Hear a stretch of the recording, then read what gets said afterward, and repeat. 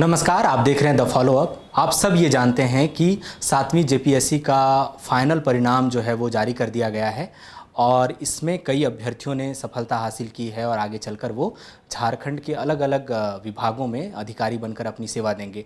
इस वक्त हमारे साथ सितांशु खलको हैं और इन्होंने भी जेपीएससी में कामयाबी हासिल की है। ख़ास बात ये भी है कि इन्होंने परीक्षा जो दी वो हिंदी माध्यम से दी थी और हिंदी माध्यम से जब ये कहा जाता है कि सफलता का प्रतिशत गिर रहा है, कम है, ऐसे वक्त में हिंदी माध्यम से सफलता हासिल करना ये बताता है कि इसमें भी कोई खामी नहीं है, बस मेहनत करना चाहिए।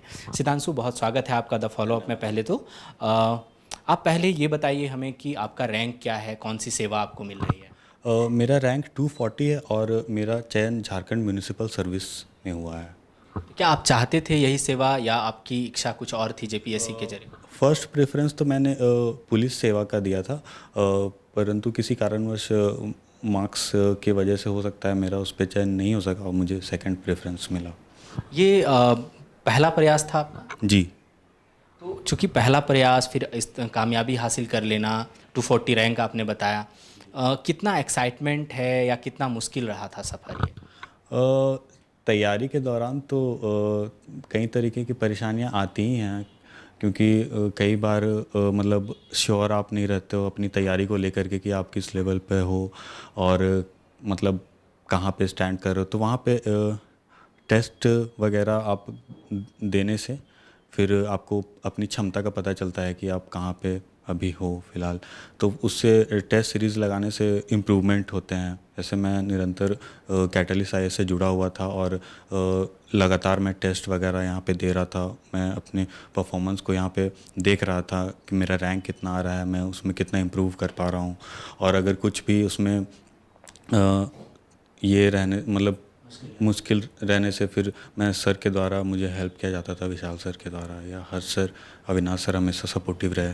सितांशु, कई बार ये बहस होती है कि जो सिविल सेवा की परीक्षाएं हैं उसमें कोचिंग का कितना योगदान है, कोचिंग क्या पूरा पढ़ा देता है, गाइडेंस देता है, बहुत बहस है। आपको किस तरह की मदद मिली? कैटलिस्ट आई जब मैं ज्वाइन किया आज से 1.5 साल पहले, तो जो पिछला छठा जेपीसी का जो रिज़ल्ट हुआ था यहाँ से मेरे बहुत सारे मित्रों का चयन हुआ था। तो इस बात को लेकर के तो मैं आश्वस्त था कि मतलब यहाँ का जो पढ़ाई जो यहाँ पे कराया जाता है वो किस तरीके था, उसके बारे में मुझे आइडिया लग चुका था पहले से ही। उसके बाद जैसे ही मैं यहाँ पे जुड़ा तो इस संस्थान से जुड़ने के बाद सर के द्वारा मतलब जितने भी यहाँ के फैकल्टीज़ हैं सभी का रवैया सहयोगात्मक रहा। उन्होंने उत्तर लेखन शैली में बहुत इम्प्रूवमेंट कराया। एक उत्तर में मतलब क्या क्या आप उसमें एक्स्ट्रा ऐड कर सकते हैं जो मार्क्स आपको 1-2 मार्क्स एक्स्ट्रा दिला देगा। ये सब जो तरीका सा था वो सर के द्वारा हमें बताया गया। सितांशु, एक बात बहुत महत्वपूर्ण है कि आप किस तरह के बैकग्राउंड से आते हैं। थोड़ा अपनी फैमिली बैकग्राउंड और एजुकेशन बैकग्राउंड के बारे में बताइए। मेरे पिता श्री शंकर खल को प्राइमरी टीचर हैं। उनकी पोस्टिंग अभी लापुंग में है। और माता गृहिणी है मेरी।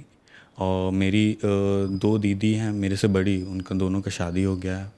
और मैंने अपनी स्कूली शिक्षा संत लोइस स्कूल रांची से ग्रहण किया।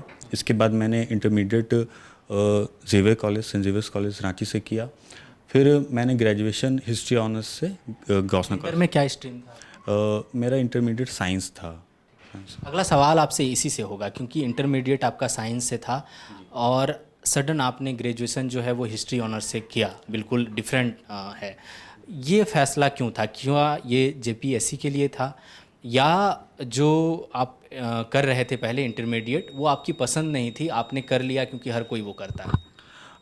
इंटरमीडिएट में जो साइंस लेने के पीछे वजह फैमिली का था एक कि मतलब इंजीनियरिंग के क्षेत्र में मुझे वो मतलब फैमिली मम्मी पापा चाहते थे कि मैं उस क्षेत्र में आगे बढ़ूं।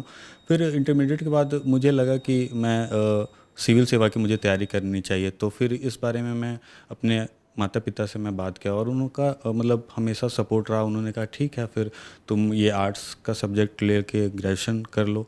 तो हिस्ट्री सब्जेक्ट फिर मैंने लिया और सिविल सर्विसेज की तैयारी शुरू की। सुधांशु, जैसे आप पहले इंजीनियरिंग का सोच के आपने इंटरमीडिएट में पीसीएम ग्रुप लिया, फिर आप हिस्ट्री लिया क्योंकि आपको जेपीएससी करना था। ये फैसला अनायास आया कि जेपीएससी मुझे करना है? इसके पीछे प्रेरणा क्या थी? इसके पीछे प्रेरणा मेरी दादी थी। उनका हमेशा से मतलब चूँकि मैं सबसे दुलारा था घर में, तो हमेशा से उनका ये कहना था कि मतलब मेरा पोता अधिकारी बनेगा। तो प्रेरणा मुझे वहीं से मिली है। और दादी, अगर प्रेरणा स्रोत कहा जाए तो मेरी दादी ही हैं। किस तरह की बातचीत होती, क्या दादी अभी हैं? नहीं, दादी का तो स्वर्गवास 2012 में ही हो चुका था। तो लेकिन उनका सपना था कि मतलब मेरा पोता अधिकारी बने। किस तरह की बातचीत होती थी जिस चीज़ ने आपको इस बात के लिए बिल्डअप किया कि आप आगे चलकर एक अधिकारी बने? क्या बातचीत होती थी दादी के साथ आप? मेरे दादू पुलिस सेवा में थे और पिताजी का भी मतलब सरकारी नौकरी हो गया था। तो दादी का कहना था, मतलब दादी हमको मजाक में ही बोल देती कि मतलब तुमको और आगे जाना है ऐसे करके, तो तुमको अधिकारी बनना है। तो फिर वहीं से मुझे प्रेरणा मिली कि अब यहाँ पे रुकना नहीं है, मैं और अपग्रेड करने का काम करूँगा यहाँ पे। तैयारी के दौरान कुछ मुश्किलें भी आई? हाँ, तैयारी के दौरान बहुत सारी मुश्किलें आती हैं, जैसे कि टाइम मैनेजमेंट एक सबसे बड़ा प्रॉब्लम हो जाता है। जैसे कि मैं यहाँ पे कैटलिस्ट में 3-3 क्लास हमारा होता था 9-9 घंटे का, उसके बाद घर जाके फिर रिवीजन करना पड़ता था। तो इस तरीके की परेशानियाँ आती थी। लेकिन अगर आप किसी चीज़ के लिए डेडिकेटेड हैं तो फिर ये अपने आप स्वतः हो जाता है। और ऊपर से फिर फैमिली का सपोर्ट बहुत अच्छा से मिला। माता पिता का, दीदी जीजा जी का हमेशा सपोर्ट रहा। जो मेरे जीजा जी हैं मंझले वाले, वो हमेशा मतलब दिल्ली से वो बुक्स वगैरह भी मुझे भेज दिया करते थे। तो मतलब मेरा फैमिली पूरा मेरे को लेके सपोर्टिव रहा। उसके बाद फिर यहाँ पे सर लोग हमेशा सपोर्टिव रहे। कुछ भी डाउट होता था तो हमें तुरंत सर के पास जाके पूछ लेना, फिर सर वहाँ पे क्लियर करते थे कि इसको ऐसे करो ऐसे। तो वो सब चीज़ को आत्मसात करते गए और अपने आप में सुधार करते चले गए बस।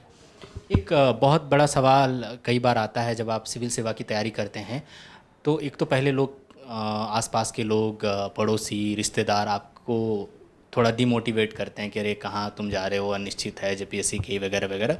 दूसरा ये इम्पोर्टेंट हो जाता है कई बार कि आप स्ट्रीम भी आप बदलते हैं, तो ये चुनौती थी कभी आपको, मतलब ये सब सुनना पड़ा? ये सब बातें तो मतलब प्रायः आस पड़ोस में होती ही रहती है और इन पे आप कंट्रोल भी नहीं कर सकते, आप रोक नहीं सकते इनको। लेकिन हाँ, यहाँ पे फैमिली का जो सपोर्ट रहता है वो महत्वपूर्ण भूमिका निभाता है।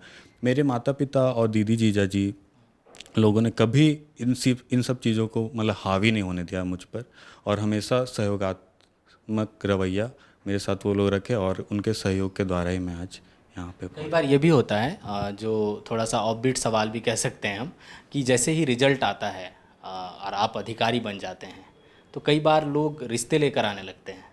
ऐसा आपने फेस किया? आप नहीं अगर फेस कर रहे हैं तो मम्मी पापा फेस कर रहे हैं जो आपसे शेयर करते हैं? नहीं, फ़िलहाल तो ये मैं नहीं फेस किया। और मतलब अगर घर में भी होता तो मम्मी पापा मुझे बता देता। ऐसा तो कुछ अभी तक फेस किया नहीं है मैंने। सिद्धांशु, जो लोग नए बच्चे जो आप तैयारी करेंगे अगली जेपीएससी के लिए या बाकी और सिविल सेवाओं के लिए, उनके लिए कुछ सलाह आपके पास है? सबसे महत्वपूर्ण सलाह है कि सिलेबस अगर हो सके तो तैयारी करने की शुरुआत आप सिलेबस पढ़ने से करें। सिलेबस को मुझे लगता है कि 1 सप्ताह तक केवल सिलेबस ही पढ़ें और कुछ मतलब टेक्स्ट बुक वगैरह सब कुछ मत पढ़िए। सिर्फ 1 सप्ताह आप सिलेबस पढ़िए। सिलेबस आपके जुबान पे जिस दिन आ गया उसके बाद आप तैयारी फिर शुरू कीजिए, क्योंकि उसके बाद आपको ये पता रहेगा कि आपको किस डायरेक्शन में जाना है और कौन से सब्जेक्ट को ज़्यादा फोकस करना है, किस पे थोड़ा कम ध्यान देना। ध्यान सभी पे देना है, लेकिन कई बार होता है कि कुछ चीज़ों को छोड़ कर भी एग्ज़ाम में जाना पड़ता है। आप सब कुछ करके नहीं जा सकते हैं। तो आपको सिलेबस अगर आप अच्छे से पढ़ के उसको आत्मसात करिएगा तो आप एक बेहतर तैयारी को आगे बढ़ा पाइएगा। मेरा ऐसा मानना है, क्योंकि मैं इसी चीज़ को फॉलो किया था।